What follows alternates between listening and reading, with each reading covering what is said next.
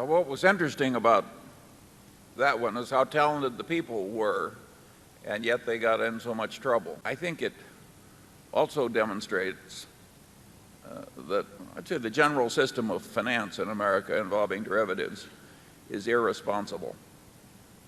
And I don't think it's the last convulsion we're going to see in the derivatives game. It's fascinating in that you had 16 extremely bright, I mean extremely bright people at the top of that. The average IQ would probably be as higher than any organization you could find among their top 16 people. They individually had decades of experience and collectively had centuries of experience in operating in the sort of securities in which the LTCM was invested, and they had a huge amount of money of their own up and probably a very high percentage of their net worth in almost every case up. Super bright, extremely experienced people operating with their own money.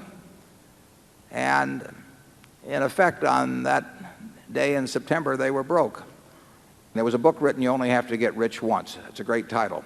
It's not a very good book. Walter Gutman wrote it, but many years ago. But the title is right. You only have to get rich once. And why do people, very bright people, risk losing something that's very important to them to gain something that's totally unimportant? The added money has no utility whatsoever.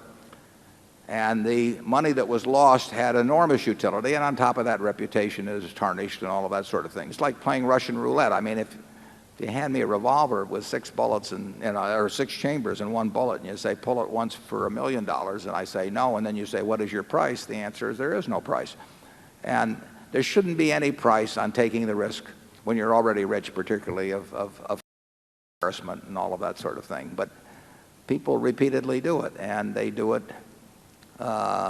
whenever a bright person, really bright person, goes broke that has a lot of money. It's because of leverage. You simply, what's 2 percentage points more, in a given year or that year, and run the risk of real failure. But very bright people do it, and they do it consistently, and they will continue to do it. And as long as explosive type instruments are out there, they will gravitate toward them, and particularly people will gravitate toward them who have very little to lose but are operating with other people's money. 83 1/3% of the time it works to play Russian roulette with 1 bullet in there and 6 chambers, but neither 83 1/3% or 99% is good enough when there is no gain to offset the risk of loss.